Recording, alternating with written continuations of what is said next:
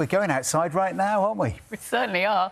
Yeah, the weather is starting to warm up, although I did hear frost in the... Yeah, we'll just ignore that for the minute. But many of us will be planning to get back out in the garden, and there are calls for us to leave the lawnmower for now. Yeah, no Mow May. It's a campaign encouraging us to let the grass in our gardens grow to help wildlife. Now in its 8th year, here's John Cuthill. Lawns, a British obsession. We mow, we roll, we rake, leaving some looking like bowling green. Oh, this is a bowling green. Nice one. Ah, yes, if anyone's going to have a good lawn, it's this lot. No, mine looks like a field. It's not too bad. I've left it fairly long. Not as good as that, but I do look after it and I like to see the stripes when I've cut it. It may make bowls trickier, but the campaign to let it all go seems to be growing. And there's a good reason. Grasslands out in the wider countryside that are full of wildflowers. We've lost 97% of them since the 1930s, which is just a devastating loss. So we need to do what we can to try and restore and protect what's out in the wider countryside. With more than 23 million gardens in the UK, going a bit au naturel for a month or two could make a huge difference.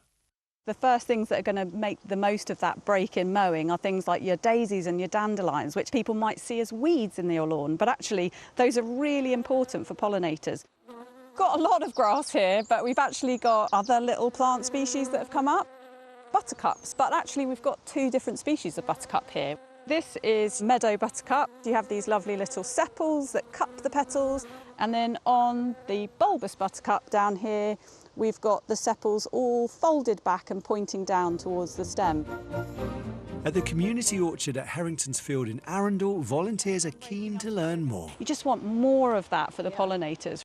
Really, we want to enhance this space in terms of biodiversity and bioabundance for insects and wildlife. So it's part of a kind of wildlife corridor, really, throughout the town. I think it's a very big message and it's really important. I personally had a bit of a battle on my hands at home. Why did you have such a battle last year? Because possibly present company accepted, in my experience, men love lawnmowers. You dip your toe into this new idea of looking at your lawn in a different way, but ideally you'd love it so much that you continue it through June and July. So let it bloom June, knee-high July, give it a go and see if you love it. John Cuthill, BBC News. Well, Kate Bradbury from BBC Gardeners World magazine joins us now from her own garden in Brighton. Morning to you, Kate. Thanks for joining us. How are you? Thank you. Yeah, so no Mow May. Just take us through why it's so important. It's really important because I think it really connects us to what's going on in our gardens. It connects us to the other species that we share our gardens with.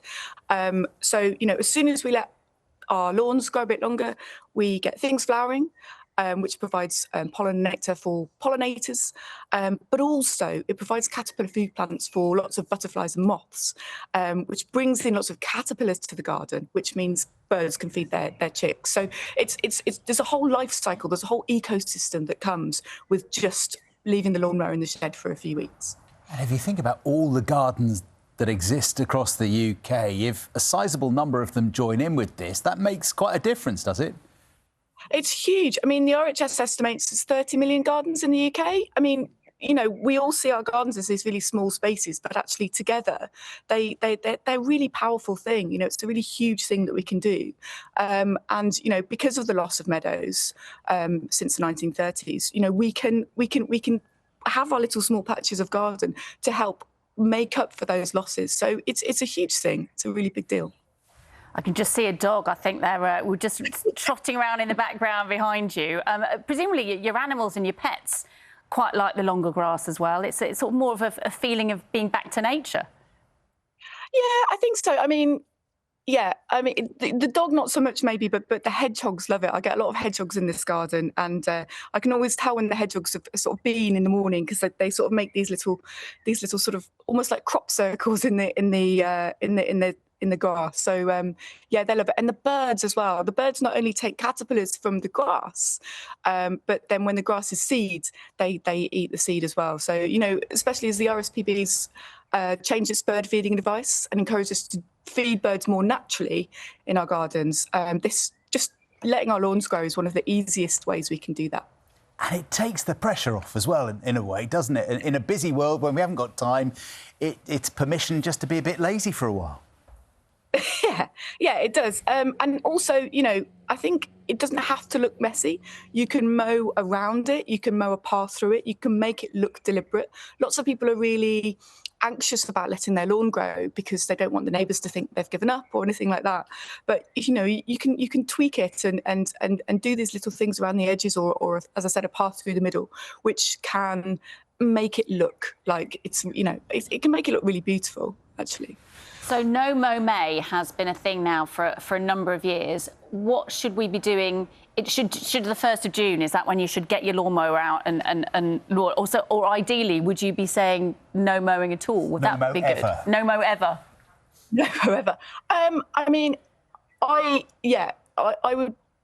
think it's a shame to then get the mower out in June, because all of these habitats you've created in May then get obliterated in June, basically. So, yeah, let it bloom June, absolutely. Keep it going. Again, as I said, mow around it, mow a path through it, make it look architectural.